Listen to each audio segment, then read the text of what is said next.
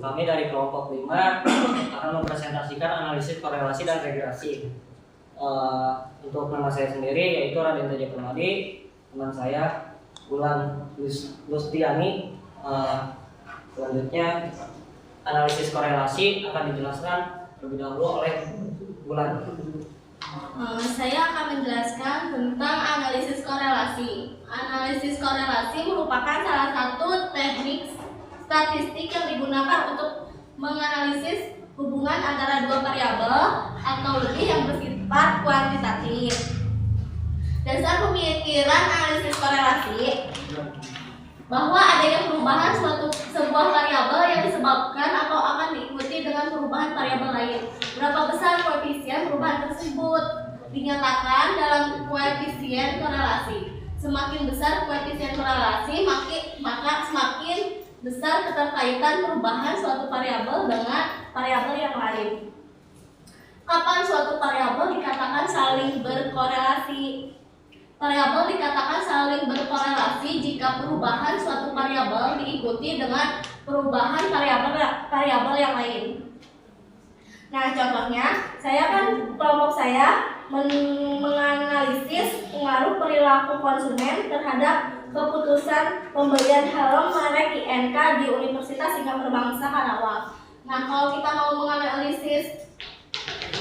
meneliti suatu perusahaan dengan analisa korelasi dan menggunakan rumus ini. Nah, untuk dapat memberikan penafsiran terhadap korelasi yang ditemukan tersebut, besar atau kecil, maka dapat berpedoman pada ketentuan yang tertera pada tabel berikut. Jadi kalau saat kita udah menganalisis dengan rumus tersebut, kita bakal tahu hasilnya itu. Kalau hasilnya 0,00 sampai 0,199, berarti tingkat hubungannya itu sangat rendah. Kalau 0,20 sampai 0,399, berarti tingkat hubungannya rendah. 0,40 sampai 0,599, tingkat hubungannya cukup rendah.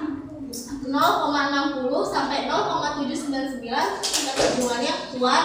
0,80 sampai 1000, berarti tingkat hubungannya sangat kuat. Nah, nanti kita kalau udah ketahuan nih tingkat hubungan kita antara variabel X atau variabel Y atau perilaku konsumen dengan keputusan pembelian itu, tingkat hubungannya sangat rendah, cukup rendah, kuat atau sangat kuat. Terima kasih. Selanjutnya akan dilanjutkan oleh Raden.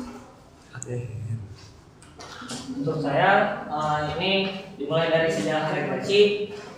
Regresi itu pertama-tama dipergunakan sebagai konsep statistik pada tahun 1877 oleh Sir Francis Galton yang melakukan studi tentang kecenderungan tinggi badan anak. Hasil studi tersebut merupakan suatu kesimpulan bahwa kecenderungan tinggi badan anak yang lahir terhadap orang tuanya adalah menurun, yaitu biasa disebut regres, mengarah pada tinggi badan rata-rata penduduk. Istilah regresi pada mulanya bertujuan untuk membuat perkiraan nilai satu variabel atau tinggi badan anak terhadap satu variabel yang lain, yaitu tinggi badan orang tuanya. Selanjutnya berkembang menjadi alat untuk membuat perkiraan nilai suatu variabel dengan menggunakan beberapa variabel lain yang berhubungan dengan variabel tersebut. Analisis regresi adalah yang biasa dipergunakan untuk suatu menganalisis dari yang sudah seperti analisis regresi ini adalah teknik statistika yang berguna untuk memeriksa dan memodelkan hubungan di antara variabel-variabel. Untuk jenis-jenis persamaan regresi yaitu ada dua, regresi linear dan regresi non-linear. Regresi linear ada dibagi lagi untuk menjadi dua, yaitu regresi linear sederhana dan regresi linear berganda. Untuk regresi linear sederhana adalah regresi yang melibatkan hubungan antara satu variabel bebas. Untuk regresi yang melibatkan hubungan antara satu variabel tak bebas, yaitu biasa disebut Y, dihubungan dengan satu variabel bebas, yaitu disebutkan variabel X. Untuk umum persamaan regresi linear sederhana adalah Y sama dengan A plus BX.